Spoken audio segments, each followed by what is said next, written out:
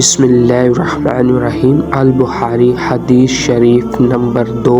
ایک شخص حارث بن ہشام نامی نے ان حضرت صلی اللہ علیہ وسلم سے سوال کیا تھا کہ حضور آپ پر وحی کیسے نازل ہوتی ہے؟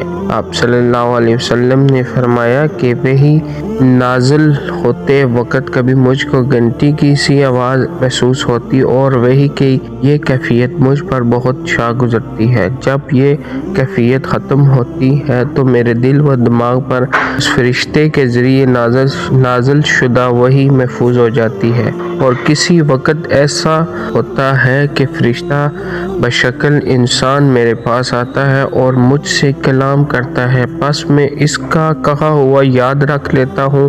حضرت عائشہ رضی اللہ تعالیٰ عنہا کا بیان ہے کہ میں نے سخت کڑاکے کی سردی میں حضرت صلی اللہ علیہ وسلم کو دیکھا ہے کہ آپ صلی اللہ علیہ وسلم پر وحی نازل ہوئی، اور جب اس کا سلسلہ موقوف ہوا تو آپ صلی اللہ علیہ وسلم کی پیشانی پسینے سے شرب عبور تھی۔